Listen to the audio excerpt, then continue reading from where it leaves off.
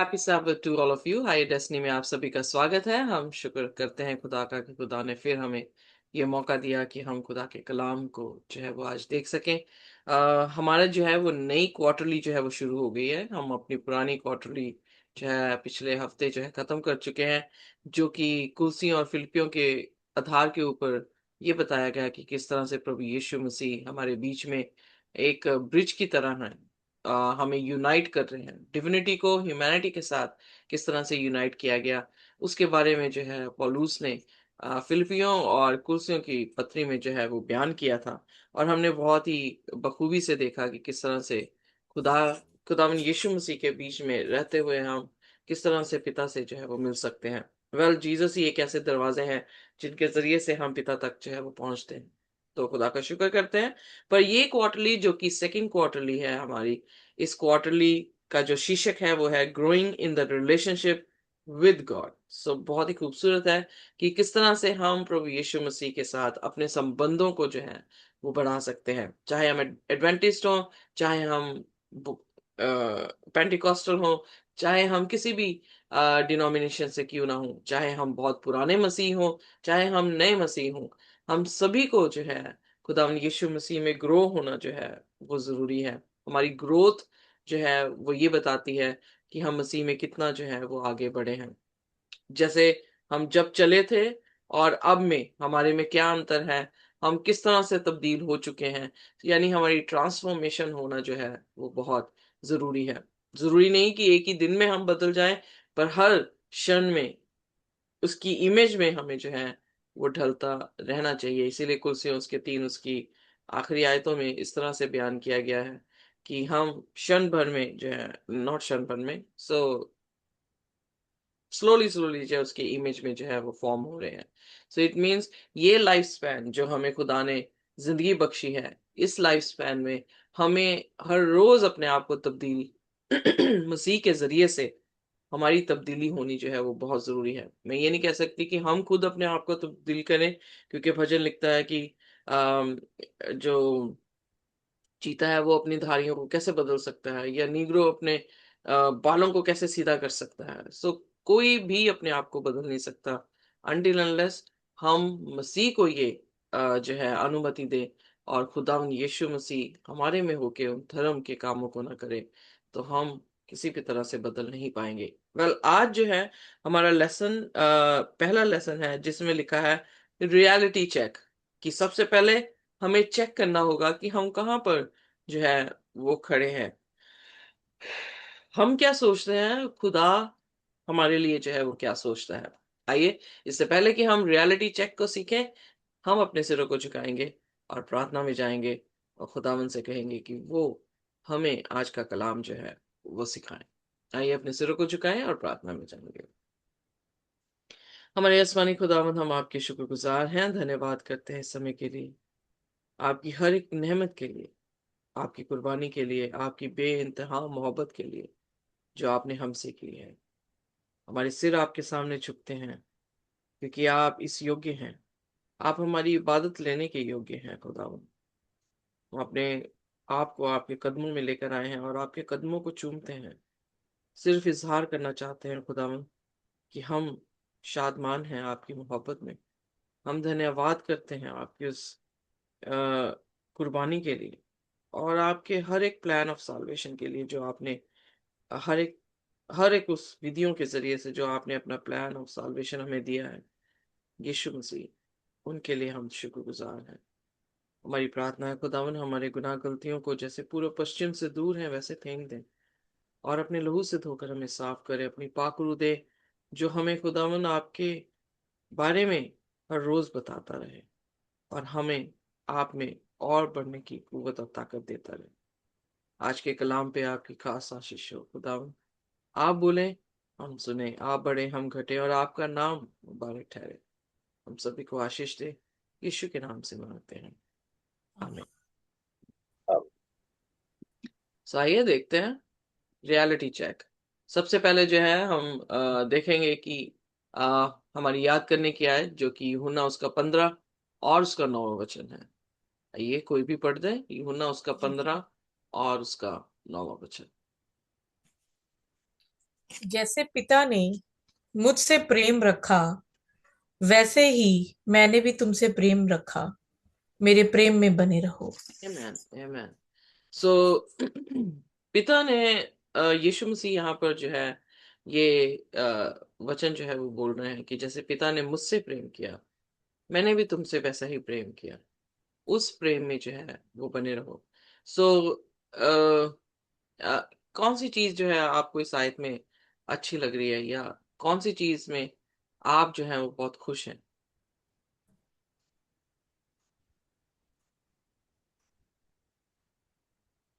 मेरे लिए as the father loved me, मेरे को बहुत अच्छा लगा। Hmm. Thank you. Anybody else?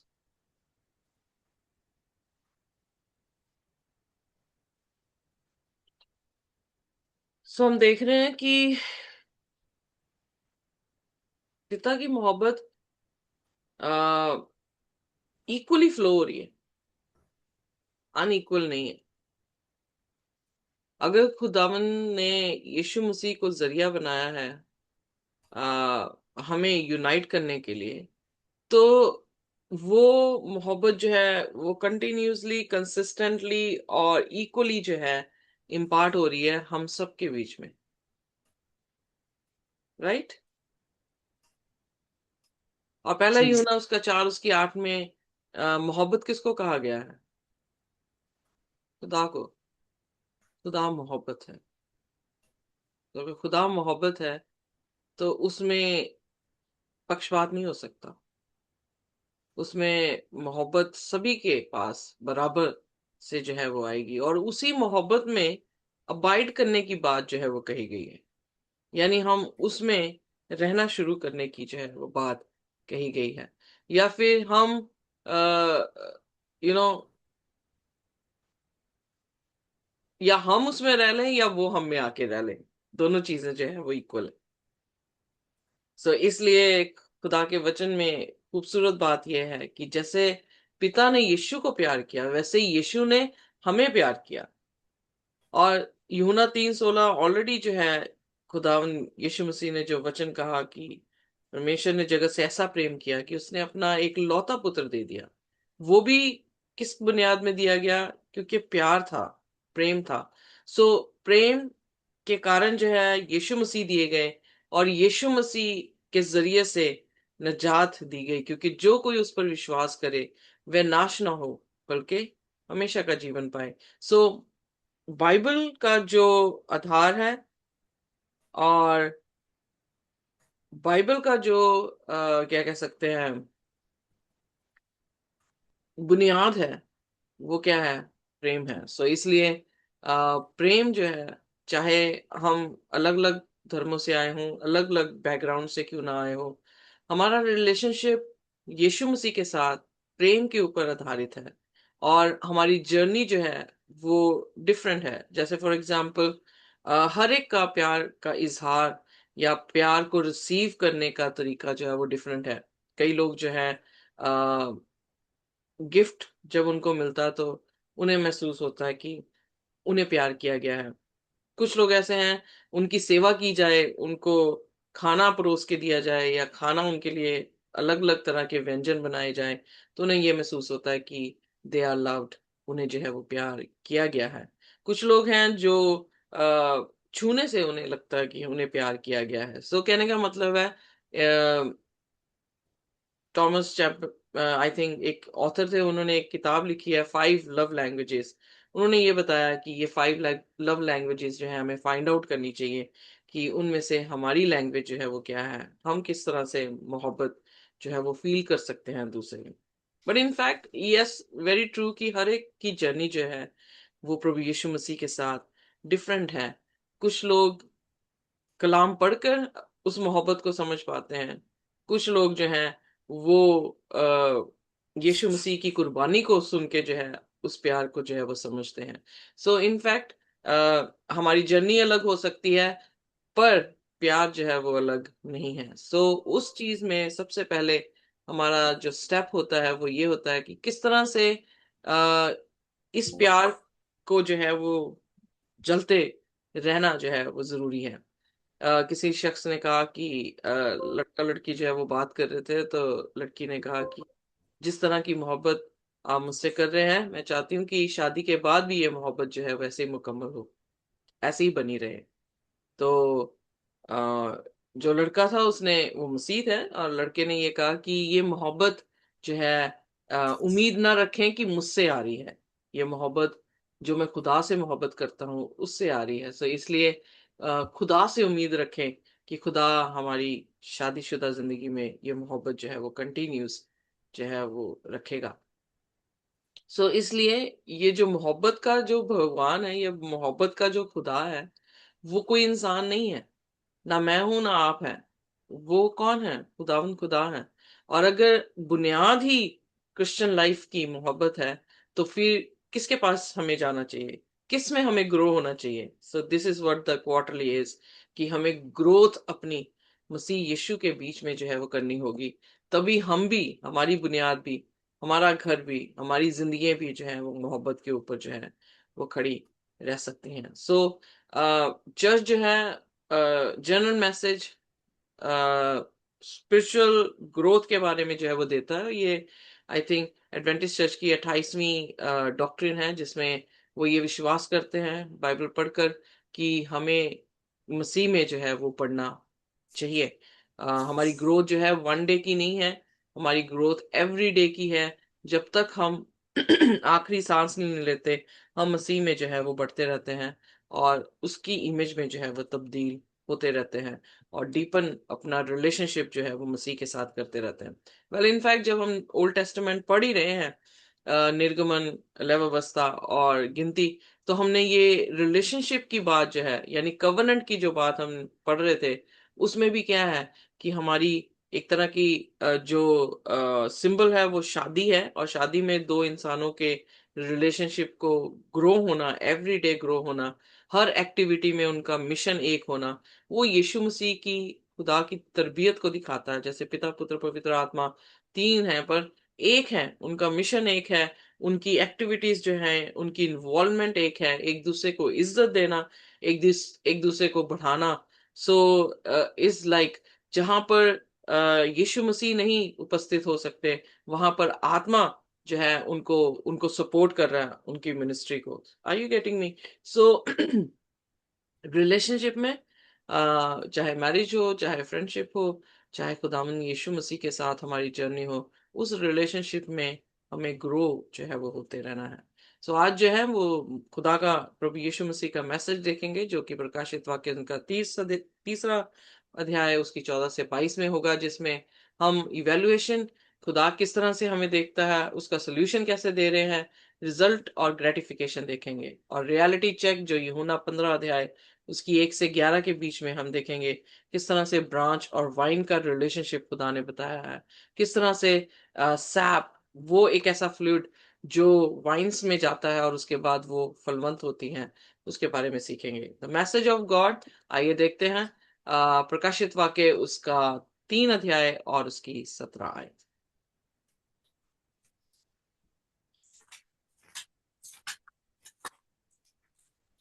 प्रकाशित वाक्य 3।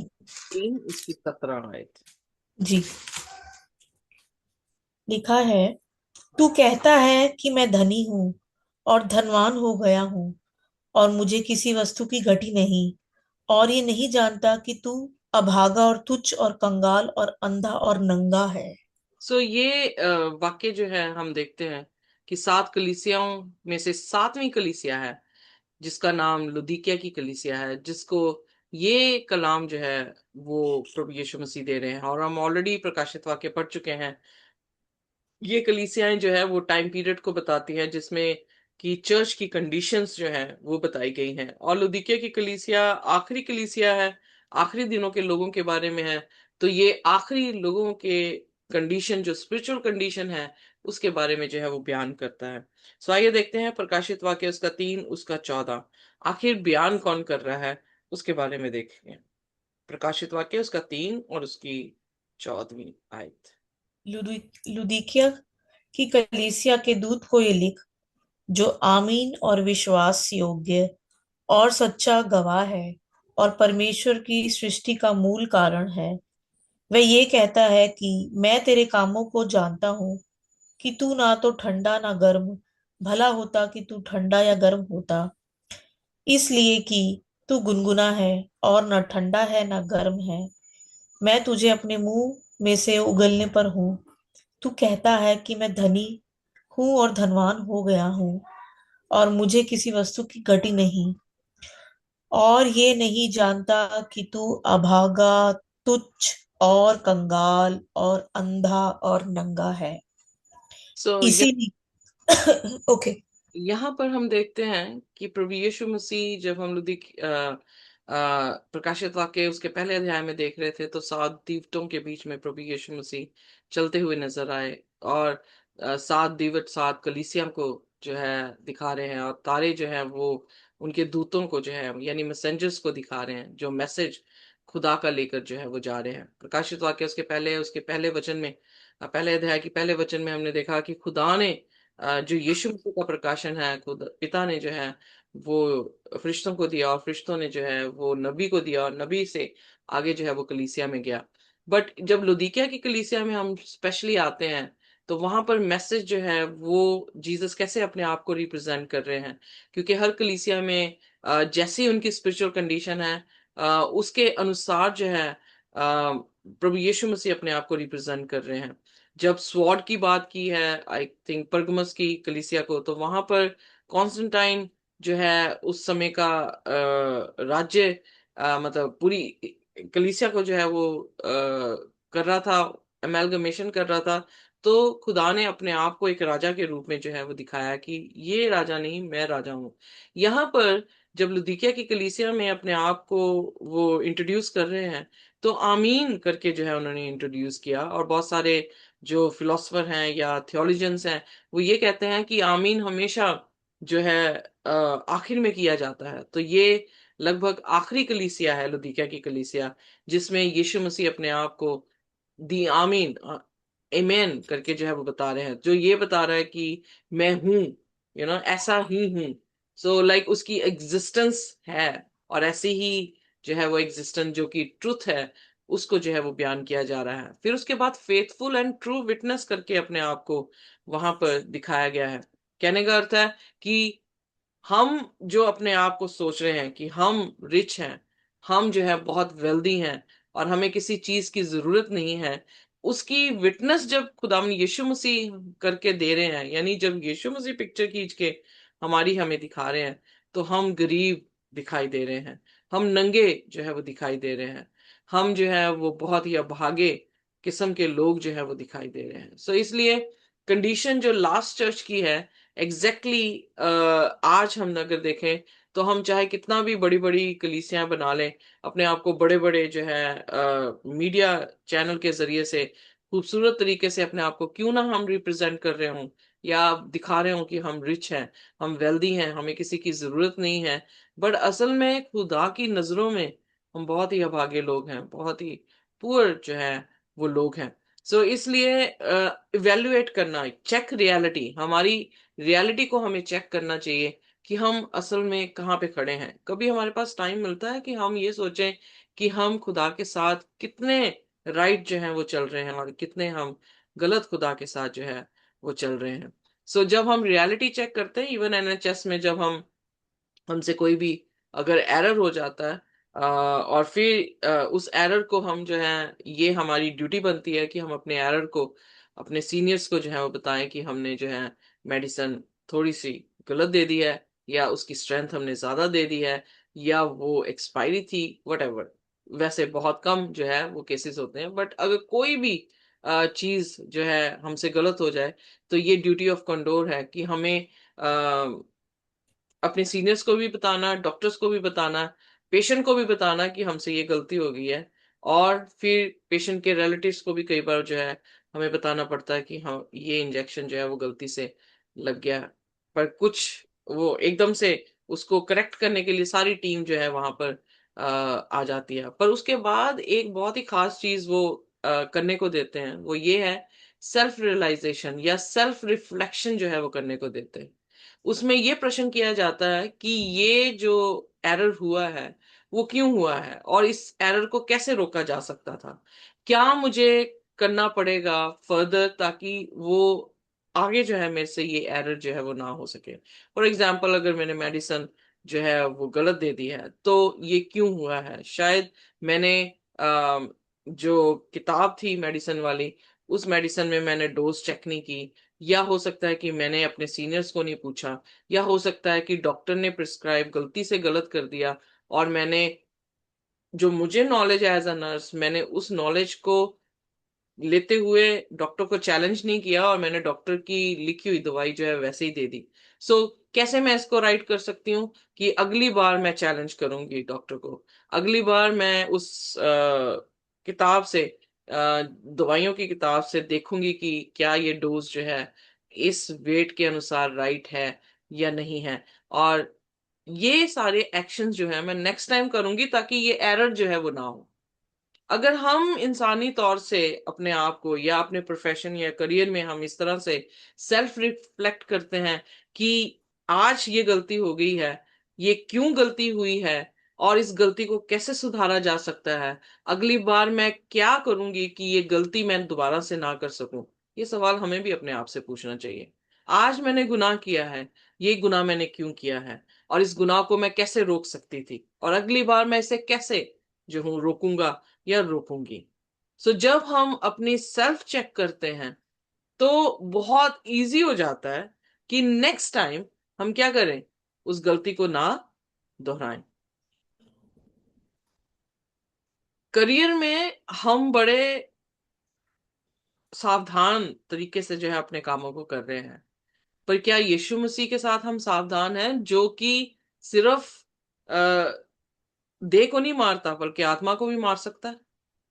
क्या हमारे पास वो संजीदगी है खुदा के प्रति, या हम खुदा को इस तरह से देखते हैं कि खुदा, अगर मैंने ये ग्रांटेड ले लिया या मैं बार बार यही गुनाह करती रही तो इसकी जवाबदारी में मैं कैसे तेरे सामने, तेरे तख्त के सामने जो हूँ खड़ी रह सकती हूँ या खड़ा रह सकता हूँ?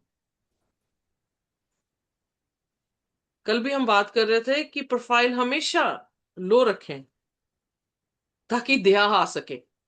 दो शख्स जो हैं वो यीशु मसीह के सामने मंदिर में दुआ कर रहे हैं। एक फकीर फरीसी कह रहा है कि मैं हफ्ते में 2 बार रोजे रखता हूं, मैं अपनी दहशकी देता हूं, मैं इस चुंगी वाले के समान नहीं हूं। चुंगी लेने वाला जो है वो अपनी प्रोफाइल को कैसे रख रहा है? सिर भी नहीं उठा रहा कि मैं उठा के अपनी नजरें तुम्हें देख नहीं सकता खुदा, मेरे पे दया कर क्योंकि मैं तो पापी हूं। और किस पर दया हुई? उस इंसान पर जो अपने कामों के जरिए से अपनी धार्मिकता लेना चाह रहा है, जो ये शो कर रहा था कि वो रिच है, वो वेल्दी है और उसे किसी चीज की जरूरत नहीं है? या उस पर जिसने ये कहा कि मैं भागा हूं, मैं अंधा हूं, मैं नंगा हूं, मेरे पे दया कर। सो जो जो रिच मैन नहीं है वो परमेश्वर की फिर भी ग्रेस में है। या एग्जैक्टली, अमीर होकर भी हम, पोजेशंस रखकर भी हम, जब अपने आप को हलीम रखते हैं, बहुत सारे लोग जो है इस वहम में है कि हम खुदावन यीशु मसीह में परफेक्ट हैं और हमें जो है वो पापों की माफी मांगने की जरूरत नहीं है। सबसे बड़े मूर्ख वही है, बिकॉज जी। We grow every day in Christ. हम हर रोज पाप कर देते हैं और उन पापों की क्षमा जो है लेनी हमें उतनी ही जरूरी है जितना सांस लेना जो है वो जरूरी है। अगर हम पापों की क्षमा नहीं मांगेंगे, वो वहीं पर ही पड़े रहेंगे, हमारे खाते में पड़े रहेंगे, और फिर क्या होगा? उन चीजों को देखते हुए खुदावंद अपनी न्याय को जो है वो सुना देंगे।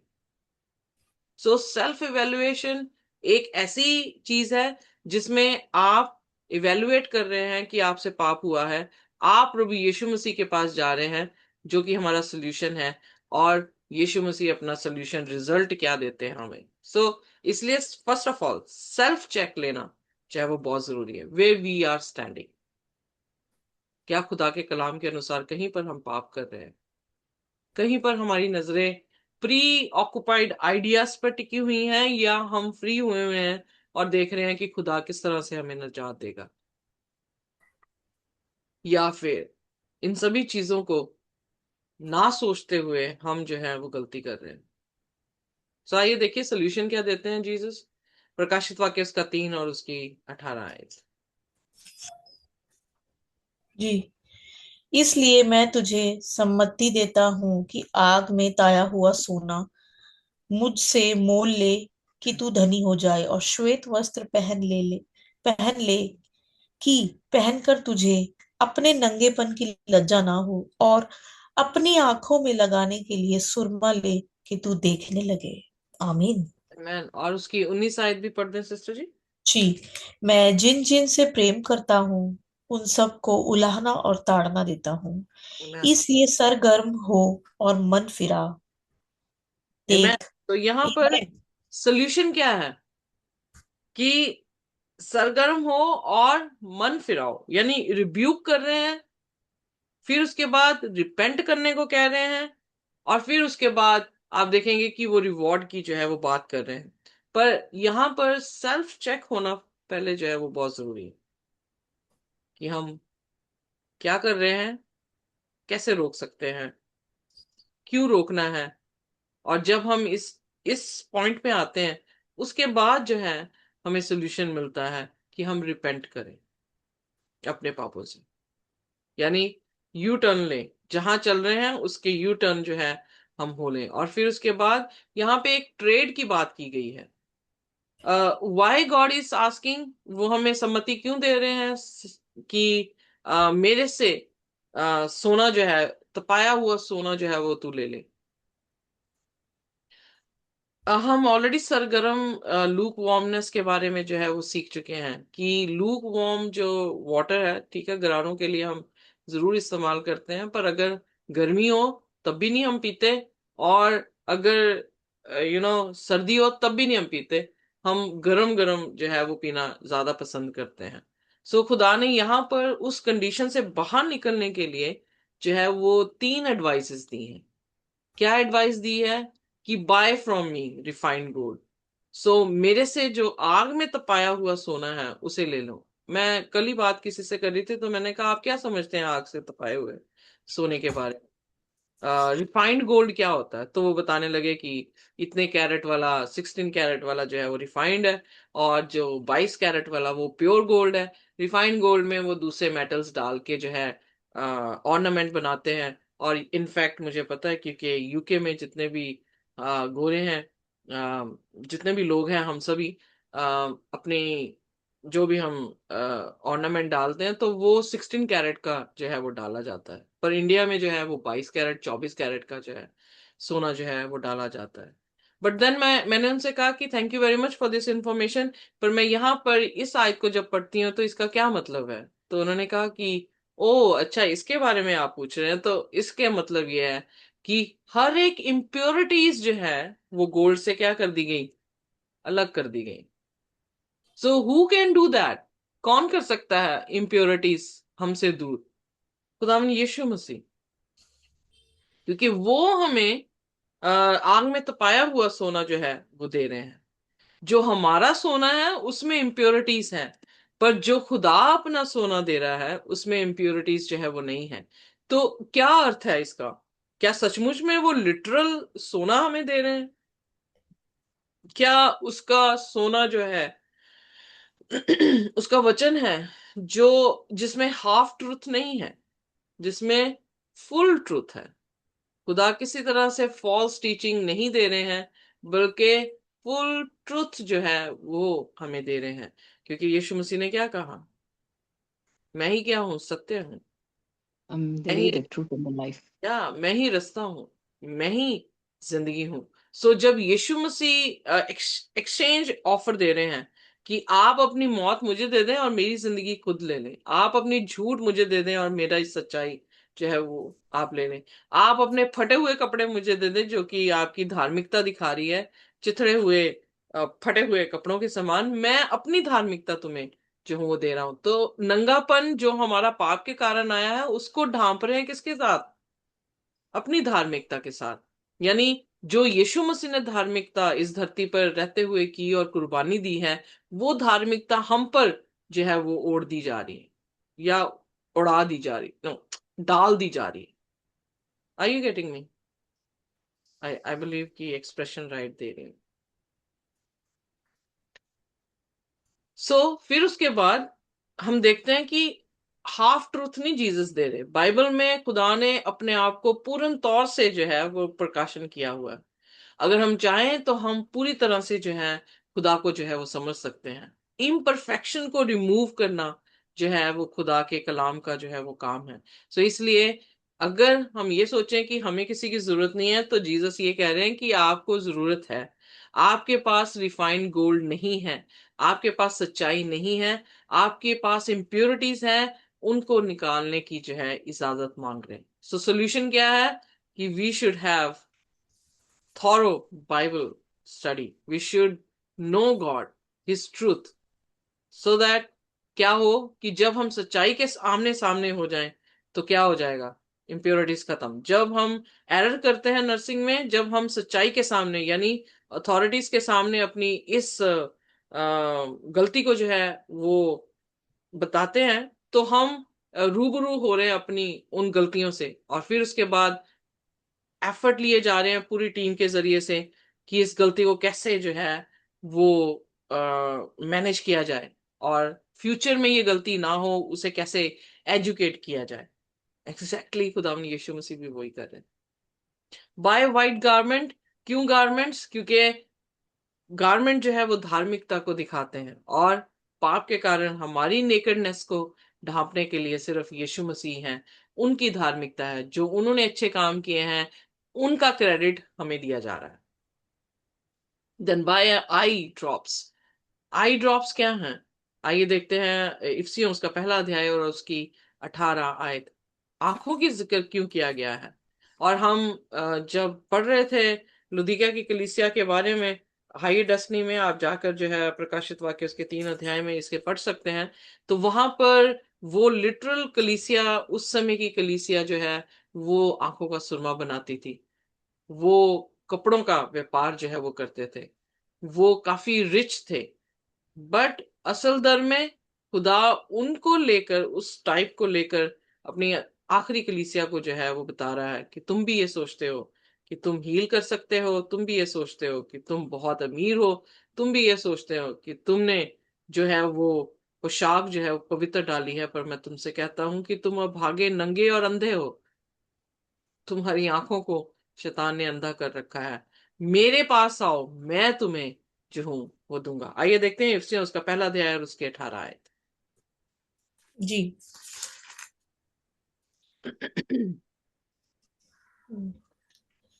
और तुम्हारे मन की आंखें ज्योतिमय हो, कि तुम जान लो कि उसकी बुलाहट की आशा क्या है, और पवित्र लोगों में उसकी मिरास की महिमा का धन कैसा है। आंखें क्यों जरूरी हैं? कि ये अंडरस्टैंडिंग की आंखें हैं जो हमें प्रकाशन करती है कि असल दर उसने हमें बुलाया क्यों है। जब तक हम ये टास्क नहीं समझते, जब तक हम ये गोल नहीं समझते, हमारा ऑब्जेक्टिव नहीं समझते कि आखिरकार हम मसीह क्यों हैं, या खुदा ने हमें बनाया क्यों है, या हम क्या करने जा रहे हैं, हमारा फ्यूचर क्या है, हम एक कंफ्यूज पर्सनालिटी बनकर अपना जीवन बिताते हैं। और बहुत सारे यूथ, अकॉर्डिंग टू सर्वे ये बताया जाता है कि वो यूथ या वो नौजवान जिनके पास कोई मकसद नहीं है, जिनके पास ये उन्हें मालूमात नहीं है कि वो क्यों इस धरती में पैदा हुए हैं, क्या कर रहे हैं और क्या उन्हें जाना है, दे कमिट सुसाइड। क्योंकि उनके पास एक क्लियर जो है वो पाथवे नहीं होता। The time when we are clear with our pathway, we move fast and straight. पर जब हम कंफ्यूज होते हैं, मैं पर्सनली जब कंफ्यूज होती हूँ मैं मूव नहीं कर पाती, मैं स्टक हो जाती। पर जब मेरे को अपना पाथवे क्लियर दिखाई देता है तो मैं अपने एक्शन जो हूँ वो स्ट्रेट कर लेती हूँ, और फिर मुझे कोई रोक नहीं सकता। I know where I am going and I will go there. इसलिए खुदा वो अंडरस्टैंडिंग, आंखों की अंडरस्टैंडिंग कि यहां पर पौलुस बात कर रहा है कि ले लो, जिसमें तुम्हारी आंखें प्रकाशमान हो और तुम्हें पता लगे कि तुम्हें बुलाया क्यों गया है, और तुम्हारा धन क्या है, मिरास क्या है तुम्हारी। खुदा की महिमा, उसकी ग्लोरी, उसकी धार्मिकता, उसका सुरमा। उसका सोना। और अगर ये चीज हमें क्लियर नहीं है तो हमारे रिजल्ट भी जो है वो क्लियर नहीं होंगे। आइए देखते हैं प्रकाशित वाक्य उसका 3 और उसकी 20 आयत। पहले कंडीशन बताई गई, फिर राय दी गई, और फिर उसके बाद जो है वो सोल्यूशन जो है वो दे रहे हैं। क्या सोल्यूशन है? Again solution is Christ. पढ़ते में। देख मैं देख मैं द्वार पर खड़ा हुआ खटखटाता हूँ।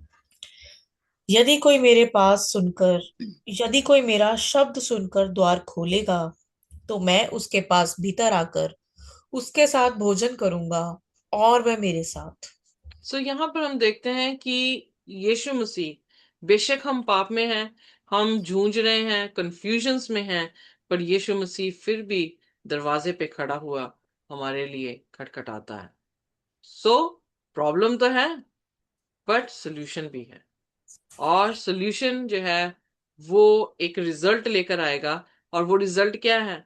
कि वो हमारे भीतर आएगा, वो हमारे मेज पे बैठेगा, वो हमारे साथ खाना खाएगा। सो अल्टीमेटली हम मेज पे, कौन कौन मेज पे बैठ के इकट्ठे खाना खाते हैं? अब हमारे अजीज, हमारा परिवार, फैमिली। या जिनके साथ हमारे स्ट्रॉन्ग रिलेशनशिप हैं, वो जो है वो बैठ के खाते हैं। तो Jesus wants to improve our relationship. तो यहाँ पर हम देखते हैं कि ग्रोथ क्राइस्ट में कैसे हो सकती है? सेल्फ चेक के साथ, उसके बाद खुदावन यीशु मसीह के पास आने से, और उस ट्रेड को जो उसने हमारे लिए रखा है कि वो जिंदगी देगा, मौत ले जाएगा, उस ट्रेड के बीच में एग्रीमेंट करते हुए। और जब हम दरवाजा खोलते हैं प्रभु यीशु मसीह के लिए, अब दरवाजा यकीनन अंदर से बंद है, तभी बाहर से यीशु मसीह जो है वो दरवाजा खटखटा रहे हैं। और जो कोई भी उसे खोलेगा तो रिजल्ट ये है कि वो यीशु मसीह के साथ शरीक होगा। सो स्वर्ग की बादशाहत में यीशु मसीह ने जब चेलों के साथ लॉर्ड सपर किया, तो वहां पे क्या बोलते हैं कि अब से मैं रोटी नहीं खाऊंगा जब तक मैं दोबारा तुम्हारे साथ बैठ के ना खाऊं। सो हमारा स्वर्ग की बादशाहत में जाना, ये तो हमें समझ आता है, पर जब हम यीशु मसीह को कबूल कर लेते हैं, विलिंगली उसको अपने जिंदगी में लेकर आते हैं, उसके कलाम को लेकर आते हैं, तो वहां पर ही खुदावन यीशु मसीह मेज पर बैठकर हमारे साथ, रोटी क्या है? उसका वचन है। और वो अपना वचन हमारे साथ क्या करता है? आदान प्रदान जो है वो करना शुरू कर देते हैं। जहां जी। 2 या 3 मेरे नाम से इकट्ठे होंगे, मैं उनके बीच में होऊंगा। जी। आमीन। Amen. So result is Jesus will be having relationship with us. हम जो हैं वो खुदा के साथ अपने ताल्लुकात जो है वो बना लेंगे। But are we aware of our need for change? क्या हम अवेयर हैं कि हमें बदलाव कहाँ से लानी है, और हमें क्या जरूरत है या नहीं है?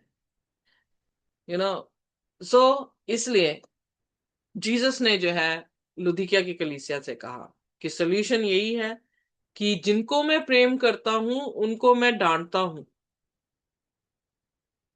उनको मैं छड़ी भी देता हूँ। कई बार हमारी रोड्स जो हैं वो रफ होती हैं हमारी जर्नी की, बट उसमें भी हमें क्या करना चाहिए? खुश होना चाहिए कि ये रोड्स जो हैं वो बहुत मुश्किल हैं।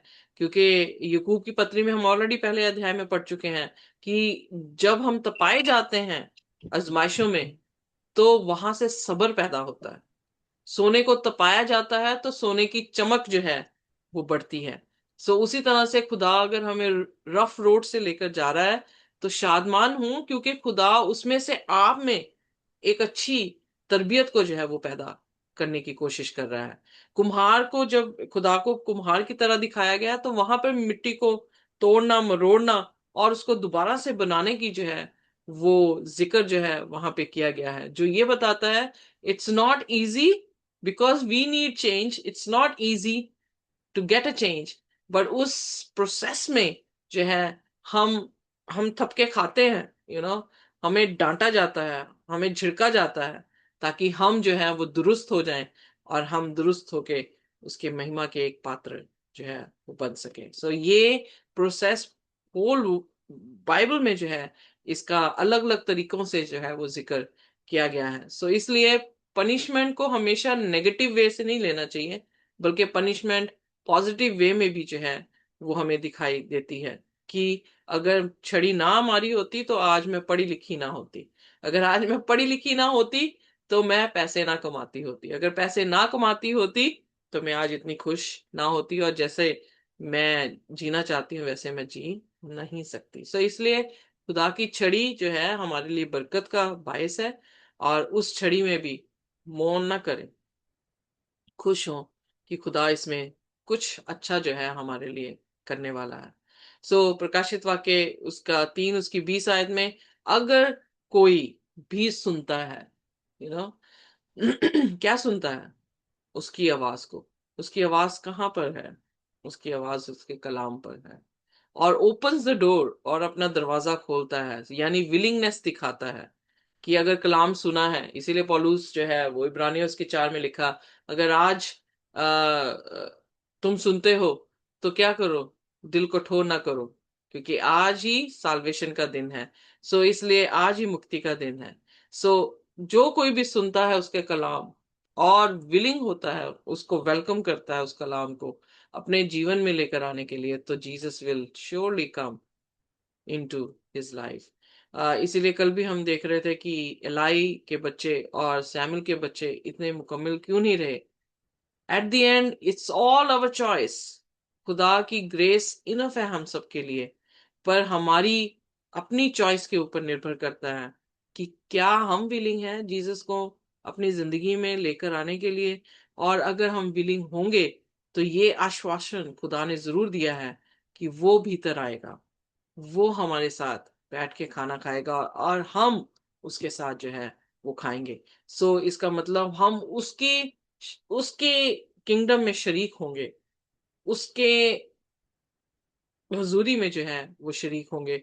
वो किसी को त्यागता नहीं है और ना ही प्रसन्न होता है किसी की मौत पे। तो इसलिए एट द एंड उन बच्चों ने, चाहे इलाई के बच्चे हों चाहे सैमुअल के बच्चे हों, उन्होंने ये डिसीजन बनाया कि वो जीसस को जो है वो एंटरटेन नहीं करें, और इसलिए उनका नतीजा जो है बहुत ही बुरा हुआ। किसी का प्लीज आप स्विच ऑफ। सो खुदा कभी जबरदस्ती जो है वो नहीं करते हैं। खुदा हमेशा जो है हमारी इच्छा पर रखते हैं, और इसीलिए हम रोबोट नहीं बनाए गए। खुदा ने फ्री चॉइस हमें दी है, और दोनों पाथवे हमें सिखाए गए हैं कि जिंदगी का रास्ता सकरा है और मौत का रास्ता जो है वो चौड़ा है, और पाप जो है वो मौत को देगा और खुदा ने यीशु मसीह का लहू हमें जिंदगी देगा। सो इसलिए चॉइसेस हमारी हैं, डिसीजन भी हमारा है, ओपन डिसीजन है, और इसलिए खुदा चाहता है कि हम जो है वो राइट डिसीजन दें। फिर उसके बाद ग्रेटिफिकेशन, उसका रिजल्ट देने के बाद जो ग्रेटिफिकेशन है हमारी, या हमारी इंसेंटिव है, वो क्या दे रहा है। आइए देखिए प्रकाशित वाक्य उसका 3 और उसकी 21वीं आयत। जी, प्रकाशित वाक्य 3 इसकी 21वीं आयत। जो जय पाए जो जय पाए मैं उसे अपने साथ अपने सिंहासन पर बिठाऊंगा, जैसा मैं भी जय पाकर अपने पिता के साथ उसके सिंहासन पर बैठ गया। तो यहाँ पर हम देखते हैं कि जो जय पाए, शब्द जो है वो बहुत क्लियर मैसेज दे रहा है कि जय पा सकते हैं हम। ऐसा नहीं है कि हम अपने अपनी तरबियत को चेंज नहीं कर सकते, ऐसा नहीं है, क्योंकि खुदा ने वो जरिया हमें दे दिया है, मसीह यीशु हमें दे दिया है, जिसको इनवाइट करने के बाद वो हमें पौष्टिकता उस खाने के साथ जो है वो दे रहा है और हमें तब्दील कर रहा है। सो इसलिए जो जय पाए, जो सेल्फ चेक करके सोल्यूशन पे आ जाए, और जो यीशु मसीह की उस सम्मति को देख के जो है वो बताता है, अपने आप को चेंज करने की कोशिश कर रहा है, तो उसके लिए ये मुमकिन है कि वो जय पाएगा। जब वो जय पा रहा है तो क्या दे रहे हैं उसे, यू नो क्या मिल रहा है? I will grant him to sit with me on my throne as I also conquered and sat down with my father. So यहाँ पर भी पहले हमने आयत देखी है यूहन्ना 15 उसकी 9 में, कि जैसे पिता ने मसीह यीशु को प्रेम किया, वैसे मसीह ने जो है वो हम सबसे जमात से प्रेम किया। यहां पर क्या कह रहा है, जैसे यीशु मसीह बाप के दाहिने बैठा है, वैसे ही हमें भी जो है वही जो है चीज जो है वो ग्रांट कर रहा है। सो कहने का अर्थ है प्रेम भी इक्वल है, रिवॉर्ड भी जो है वो क्या है, इक्वल है। Parable, one of the parables में जीसस ने जब हायर किए लेबरर्स, तो चाहे वो सुबह से काम कर रहे थे, चाहे वो लास्ट आवर में काम कर रहे थे, उन सभी को जो है वो सैलरी सेम दी गई, जो ये बताता था कि रिवॉर्ड सेम है। सो इसलिए ग्रेटिफिकेशन कि हमें संतुष्टि होगी कि हम सबको जो है एक ही इनाम दिया जाएगा। पौलुस पहला कुरिन्थियनुस का 3 नो नो पहला कुरिन्थियनुस के 9वें अध्याय में जब रेस के बारे में जिक्र कर रहा है कि हम सभी जो है वो दौड़ रहे हैं और हमें एक इनाम, एक क्राउन दिया जाएगा जो नाशवान नहीं होगा। सो हमारी एक ग्रेटिफिकेशन दी गई है, या एक रिवॉर्ड जो है हमें मिलने की जो है वो आश्वासन दिया गया है, पर उन्हीं को दिया गया है जो ओवरकम करते हैं, जिन्होंने जय जो है वो पाई है। यानी फर्स्ट स्टेप हमारा सेल्फ चेक है, बट वो इनिशिएट कर रहा है क्या कहते हैं, हमारी जर्नी को। और हर काम जो है वो हमारी जिंदगी में उस एंड तक पहुंचाने के लिए कौन कर रहा है, खुदावंद यीशु मसीह कर रहे हैं। वो आपको दे रहे हैं, वो अंदर आ रहे हैं, वो आपको जय दे रहे हैं और अपने साथ सिंहासन पे जो है वो बिठा रहे हैं। सो इसलिए मोस्ट ऑफ द वर्क किसका है, खुदावंद यीशु मसीह का। पर हमारा काम क्या है, willingness, open the door, self check, willingness, repent and open the door. So खुदावंद यीशु मसीह हमारी जिंदगी में आते हैं। सो इसीलिए अगर हम उत्पत्ति से पढ़ना शुरू करें तो उत्पत्ति 2:7 में खुदा ने ये डिसाइड किया हमें क्रिएट करने के लिए। फिर जब पाप होता है, खुदा ने वहां पर हमें ढूंढने की जो है वो कोशिश की है। फिर जब यीशु मसीह क्रूस में मर रहे हैं तो हम देख रहे हैं कि खुदा इनिशिएटिव ले रहे हैं कि वो अपने बेटे को भेजें, जो कोई उस पर विश्वास करे वह नाश ना हो बल्कि हमेशा का जीवन पाए। आमेन। और फिर उसके बाद यहां पर हम देखते हैं कि एक रिवॉर्ड की बात भी कौन दे रहा है, यीशु मसीह। खुदा इंटरेस्टेड है कि वो हमें रिवॉर्ड दे और हमें अपने साथ जो है स्वर्ग की बादशाह में रख सके। यिर्मयाह उसका 31 उसकी 3 में लिखा है कि I have loved you with everlasting love. उसका प्यार कभी खत्म होने वाला नहीं है। एवरलास्टिंग वर्ड ये दिखाता है कि जिसकी ना शुरुआत ना अंत का पता हो, यानी खत्म ही नहीं हो रहा। एक इंची टेप लेते हैं तो उसकी शुरुआत और उसका अंत दिखता है, पर एवरलास्टिंग का मतलब हमेशा और हमेशा तक से जो बना था, बना है और बना ही रहेगा। इस कदर का इंतहा मोहब्बत जो है वो खुदा ने हमसे जो है वो की है। क्या हम उसको महसूस कर पाते हैं, कैसे महसूस कर सकते हैं? कई कई कईयों को मैं कहती हूँ खुदा का कलाम हमें महसूस कराता है, पर आप नेचर में जाएं, नेचर की आर्टिस्टिक जो खुदा की फितरत है कि कई बार बादलों का एक सेटिंग पे बैठना, बादल किस तरह से दिखाई दे रहे हैं, वो भी मुझे खुदा के चरणों में जो है वो गिरा देता है। मेरा सिर खुदा की हजूरी में, उस समय जब मैं क्रिएशन को देख रही होती हूँ, and I love to go out and see the creation, जब मैं क्रिएशन को देख रही होती हूँ, मेरा सिर जो है खुदा के सामने उसी टाइम झुक जाता है कि तेरे जैसा कोई नहीं है। सो इसलिए ये सारी चीजों के साथ हम जो है खुदा के बीच में बने रह सकते हैं, अपनी रियलिटी चेक जो है वो कर सकते हैं। आइए देखते हैं यूहन्ना उसका 15 और उसकी 5 आयत, जब प्रभु यीशु मसीह ने ये उदाहरण दी और ये सिखाने की कोशिश की कि किस तरह से हम उसके बीच में लग सकते हैं। आइए पढ़ते हैं यूहन्ना 15 और उसका 5वां वचन। जी। मैं दाखलता हूँ, तुम डालियां हो। जो मुझ में बना रहता है और मैं उसमें, मैं बहुत फल फलता है, क्योंकि मुझसे अलग होकर तुम कुछ भी नहीं कर सकते। तो हम खुदावन यीशु मसीह से अलग होके कुछ नहीं कर सकते। यहाँ पर बहुत ही खूबसूरत चीज है कि वो दाखलता है, हम उसकी टाहनियां हैं। जो कोई भी उसमें बना रहता है और वो उसमें, यू नो अब यहाँ पर एक पार्टनरशिप है, एक एक कवर्नेंटल रिलेशनशिप है, एक मैरिज में दो दो शख्सों का, यू नो उनका उनका एक्सपीरियंस है एक दूसरे के साथ। मैरिज तभी टिकी रहती है जब दोनों शख्स एक दूसरे के बीच में अबाइड करते हैं, जब अवॉइड मीन्स?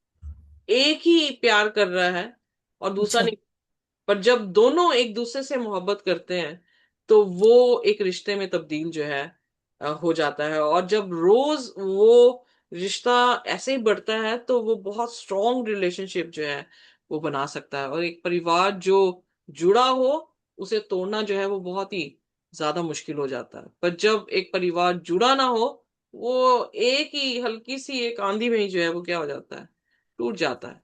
सो इसलिए खुदावन यहाँ पर जो रिलेशनशिप है कलीसिया का अपने अपने साथ, वो एक हल्की सी हवा में जो बिखर जाए या भूसे के माने उड़ जाए उसके बारे में बयान नहीं कर रहा, बल्कि एक मजबूत रिलेशनशिप को दिखा रहा है, एक ब्रांच को वाइन के साथ जुड़े रहने में। और बिना ब्रांच के जो सॉरी बिना वाइन के जो दाखलता के बिना जो है टानी का ज्यादा देर तक जीना जो है नामुमकिन है, हम सभी जानते हैं। तो फल तो क्या ही लगेंगे उसमें। सो जब हमने प्रकाशित वाक्य में देखा, वहां पर भी खुदावन यही इनविटेशन दे रहे हैं कि जो कोई ओपन करेगा, मैं भीतर आऊंगा, मैं उनके साथ बैठूंगा, भोजन करूंगा, वो मेरे साथ। सो यानी दोनों जो हैं एग्रीमेंट में हैं, दोनों जो हैं विलिंगनेस में हैं, दोनों जो हैं एक्सचेंज जो है ऑफर में बैठे हुए हैं। और इसीलिए यीशु मसीह ने कहा कि आओ हम वाद विवाद करें, लेट अस सिट टुगेदर।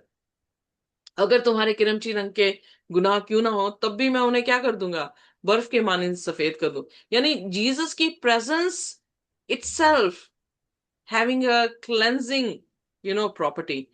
उनका औरत जो 12 सालों से खून बह रहा था जिसके, उसने सिर्फ यीशु मसीह के पल्लू को जो है वो छुआ और वो तुरंत वहीं पर जो है वो चंगी हो गई। सो इमेजिन करें कि यीशु मसीह आपके साथ रोज यहाँ पर खाना जो है वो बांट रहे हैं और रोज हम उसके बारे में जो है वो सुन रहे हैं, तो कितनी क्लेंजिंग हमारी जिंदगी में आ रही होगी। Have you ever notice that? So इसलिए वो संतुष्टि, वो प्रेम और वो बिहेवियर में खुदा की तरबियत का आना जो है वो बहुत ज्यादा जरूरी है। तो इसलिए बिना खुदावन के, बिना दाखिलता के हमारा फलवंत होना जो है वो बहुत मुश्किल है। सो सिंपल क्राइटेरिया कि सेल्फ चेक करना है अपने आप को। सोल्यूशन यीशु मसीह के पास है, यीशु मसीह के पास जाना है। किस तरीके से आप यीशु मसीह की खूबसूरती को देखकर, उसे निहार कर उससे मोहब्बत कर सकते हैं, पलट कर उन तरीकों को देखें। खुदा का वचन, दुआ, कुदरत, लोगों की रिलेशनशिप को अच्छी तरह से देखें किस तरह से ग्रो हो रहा है। और जीसस को जब आप खुदा के कलाम को पढ़ते हो, मेरे साथ ऐसे ही होता है, खुदा के कलाम को पढ़ रही हूँ तो मैं हर रिलेशनशिप में देख लेती हूँ, या मेरे सामने दिखता है कि ये रिलेशनशिप क्यों नहीं अटूट हो रहा, ये रिलेशनशिप अटूट क्यों है। और वो उसको रिलेट किया जाए हमारी आत्मिक जिंदगी के साथ, तो things are much better.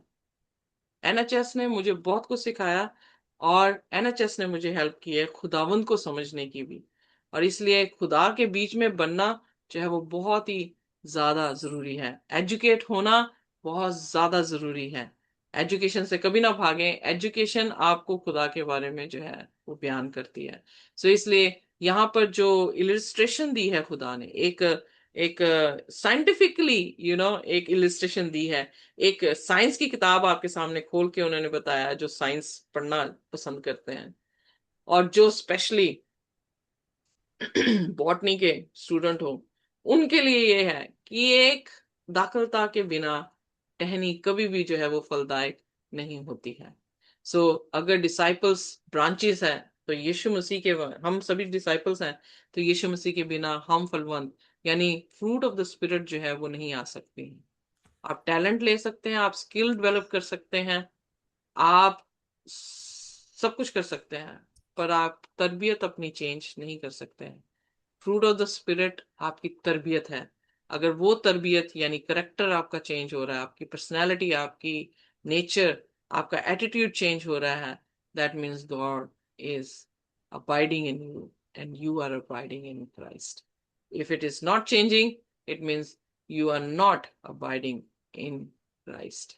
So खूबसूरत बात यही जो है यहाँ पे सिखाने, और 10 बार इसका जिक्र किया गया है कि अबाइड इन मी। सो इसका मतलब it is very very important subject in the Bible कि हमें यीशु मसीह के बीच में जाके लगना है। यीशु मसीह का हमारे बीच में आना बहुत जरूरी है। सो हमारा सेल्फ चेक, यू टर्न, यीशु मसीह को बुलाना और यीशु मसीह का हमारे जीवन में आना ही हमें फलवंत कर सकता है। सो आइए हम खुदा के साथ उसकी मोहब्बत में रंगते हुए, उसको इनविटेशन देते हुए अपने जीवन में बुलाएं, ताकि हम मसीह के जैसे जो है वो हो जाएं। और इसीलिए आइए यूहन्ना 15 और उसकी 10 आयत में किस तरह से लिखा है उसे हम पढ़ते हैं। यदि तुम मेरी आज्ञाओं को मानोगे तो मेरे प्रेम में बने रहोगे, जैसा कि मैंने अपने पिता की आज्ञाओं को माना है और उसके प्रेम में बना रहता हूँ। आमेन, आमेन। सो अबाइड कैसे कर सकते हैं? जब हम उसकी आज्ञाओं को मान, मानेंगे। It's very simple, you know. But इतना कंफ्यूज कर लिया क्रिश्चियन चर्च ने कि they left the main focus. उन्होंने जो मेन इंग्रेडिएंट था डिश का वो ही उड़ा दिया, और फिर क्या सोच रहे हैं, हम तो बहुत अच्छे हैं, हम अमीर हैं, हमारे आंखें हैं, या वट एवर। बट जब जीसस उनकी पिक्चर खींच के हमें बता रहे हैं तो we are miserable people, we left, और वी मेन इंग्रेडिएंट हमने जो है वो छोड़ दिया। कैसे हम उसके प्रेम में अबाइड कर सकते हैं? when we keep his commandments। और फिर आगे लिखता है, if you love me keep my commandments। Are we abiding in his love? We can abide in his love by keeping his commandments। Amen। Amen। Amen। और उसके बाद आइए देखते हैं यूना उसका 15 उसकी 4। मैंने सोचा खत्म हो गया, मैं भूल गई। सो उसमें बहुत ही खूबसूरत है, आइए देखते हैं। तुम मुझ में बने रहो और मैं तुम में। जैसे डाली यदि दाखलता में बनी ना रहे तो अपने आप से फल नहीं सकती, वैसे ही तुम भी यदि मुझ में बने ना रहो तो नहीं फल सकते। तो आखिरकार होता क्या है टहनी और दाखलता के बीच में? एक सैप है, एक ऐसा फ्लूइड होता है जो फ्लो करता है, दूसरे शब्दों में खुराक है जो जड़ों से, जमीन से निकलकर दाखलता में आती है और दाखलता से टाहनियों तक जो है वो पहुंचती है, यू नो। सो वो सैप है, वो फ्लूइड है, वो लिक्विड है जो जान डाल रहा है टाहनियों में। इसलिए यीशु मसीह ने कहा जो मुझ में बना रहता है और मैं उनमें बना रहता हूं तो वो क्या लाते हैं? फलवंत होते हैं, वो फल जो है वो लाते हैं। इसलिए वो सैप का वाइन से निकलकर शूट्स में जाना जो है वो बहुत ज्यादा जरूरी है। और यहाँ पर जो ग्रीक वर्ड यूहन्ना ने इस्तेमाल किया है वो ये बताता है कि जो ब्रोकन ऑफ है, यानी जो टूट के टहनी गिर भी गई है और उसे दोबारा से ग्राफ्ट कर दिया जाए, वो भी जो है वो क्या होगी? फलवंत हो जाएगी। It's just a matter of abiding in Christ, यानी उसके साथ चिपकने की बात है, उसके पल्लू को छूने की बात है कि क्या होगा, वो सैफ फ्लो करेगा and you will immediately you will receive healing and you will receive the change. हर रोज हम खुदा के कलाम को पढ़ रहे हैं तो क्या ले रहे हैं? We are receiving the sap, जो कि बहुत ही क्लियर है। One thing is very clear कि उस सैप के बिना हम जो है वो धर्मी नहीं हो सकते। और वो सैप क्या है? पवित्र आत्मा है। यूहन्ना 14 उसकी 16 से 17 आयत में वो हमारा कंफर्टर है। जब हम यूहन्ना 15 उसकी 26 में देखते हैं, वो जीसस को रिवील करने वाला आत्मा है। जब हम यूहन्ना उसका 16 उसकी 8 पढ़ते हैं, तो वो ही है जो हमें कन्विक्ट कर रहा है। किससे? पाप से। यानी सेल्फ चेक दे रहा है कि तुमने पाप किया है। खुदा जी। के कलाम को पढ़ते हैं, खुदा का आत्मा कायल करता है कि यहां पर हम गुनाह कर रहे हैं, और फिर उसके बाद हम रिपेंट करते हैं, और फिर यीशु मसीह को बुलाकर उसके साथ जो है वो जीने की बात की जाती है। यूहन्ना 16 उसकी 13 में लिखा, he guide us into all the truth. So ये वो सैप है जो हमें जिंदगी दे रहा है। कुंवारियों के पास ये सैप था, दीवट था, यानी खुदा का वचन था, और उस वचन को समझाने वाला आत्मा था, और उनकी जिंदगी रोशन हो गई, कंफ्यूजन से बाहर हो गए, पाथवे क्लियर हो गया, सेल्फ चेक हुआ, जीसस के पास पहुंच गए। Come in, and Jesus is dying with them, and they are changing. क्या हमारे Yes. साथ ऐसा ही हो रहा है या नहीं हो रहा? Do self check. क्या हमें जरूरत है साहब की? आस्क फॉर इट, उससे मांगे, उदारता से देगा। Are we growing in the fruit of the spirit? If not, ask him, he will come and dine with us. So there is a great hope in Christ. May God bless us all. आइए अपने सिरों को झुकाएंगे और हम प्रार्थना में जाएंगे। कोई भी जन जो है वो हमारे लिए प्रार्थना कर सकता है।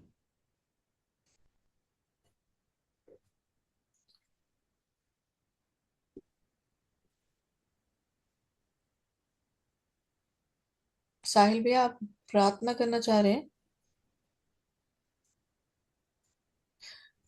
चलिए प्रार्थना करते हैं। आवाज आ रही है मेरी? जी। जी। प्यारे खुदावन, प्यारे आसमानी बाप, हम आपकी शुक्रगुजारी करते हैं कि आज आपने हमें ये सेकंड क्वार्टरली का जो फर्स्ट लेसन खुदावन तेरी रूह के द्वारा, तेरी बंदी के द्वारा हमें खुदावन मिला है। आए खुदावन, ये तेरी मोहब्बत है खुदावन कि तूने हमें फिर से अपने पास आने का मौका दिया है। और हम ये तेरी पाक हुजूरी में यही हर दिन मांगते हैं, क्योंकि ये बात सत्य है खुदावन। ये सही है कि जब भी हम कोई गलतियां करते हैं तो खुदा का रूह हमें समझाता है कि ये सही नहीं है, और कहीं ना कहीं खुदावन हम अपने शरीर में आकर वो गलतियां कर बैठते हैं। प्यारे खुदावन, प्यारे आसमानी बाप, हम तेरी शुक्रगुजारी करते हैं कि दुनिया जब से अब तक बनती चली जा रही है, लोग कितने आए और कितने गए, कितने खत्म हो गए और आज के दिन को भी नहीं देख पाए और सो गए खुदावन। लेकिन तेरा फजल हम सब पे हुआ, और हमने तेरे कलाम को सीखा, समझा, और यही दुआ मांगते हैं कि जो तूने आज हमें बताया है अपने इस पाक कलाम के द्वारा, ये हमारे मनों में, हमारे देह प्राणात्मा पे, हमारे रूह में बस जाने पाए खुदावन, और हम इसे तेरी आज्ञाओं को मानते चले जाएं। और जितनी जिंदगियां यहाँ मौजूद हैं, जो यूट्यूब के माध्यम से भी सुनती हैं, खुदा बाप, हम सब भाई बहनों को और उनके परिवारों को हम यीशु मसीह नासरी के नाम से ब्लेस करते हैं, और कहते हैं कि मुबारक है वो लोग जिन्हें तू चुनता है। हम तेरी शुक्रगुजारी करते हैं इनके परिवारों पे, इनके पेरेंट्स पे, इनके औलादों पर, और इनके बहन भाइयों पर। अपना फजल रहम करे खुदावन। आना आने वाले इस सप्ताह को खुदावन हम तेरे पाक हुजूरी में, तेरे रूह में छुपाते हैं, तेरे लहू में छुपाते हैं। और जिस भी कार्य को ये करते हैं खुदावन, उन सब में, इनके आने जाने में, इनके हर कार्य को करने में, इनकी सोच विचारों में मुझे भी प्रभु जी बरकत दे आए खुदावन, क्योंकि तेरा नाम मुबारक है। और तेरी उपस्थिति दे खुदावन, ताकि हम तेरे हर कार्य को जो तू चाहता है कि हम करें, उसमें अपने आप में तेरी मुबारक, तेरा तेरा ना तेरी तेरी प्रेजेंस उसमें हो प्रभु, तेरी उपस्थिति हो खुदावन। और हम उसमें आगे बढ़ते चले जाएं। दया कर, फजल कर, और अपने नाम की महिमा ले खुदावन। जो जिंदगियां शामिल नहीं हुई हैं, उनके भी पेरेंट्स को, उन बच्चों को, उन बहनों को, हम सबको तेरे लहू में कवर करते हैं। उनके बड़े बुजुर्गों को और हमारे भी बड़े बुजुर्गों को हम खुदा बाप तेरे लहू से, तेरे बदन से, तेरी पवित्र आत्मा से बांधते हैं। उन सब की हड्डी हड्डी की रक्षा करना, जिनमें से एक भी टूटने नहीं पाएगी। तेरे ही मुबारक और जलाली मुबारक और जिंदा नाम में मांगते हैं। आमीन, आमीन और आमीन। Thank you very much. खुदा की शांति और उसका अनुग्रह हमारे साथ जब तक हम प्रभु यीशु मसीह को दोबारा ना देख लें इसी तरह से बना रहे। आमीन। आमीन।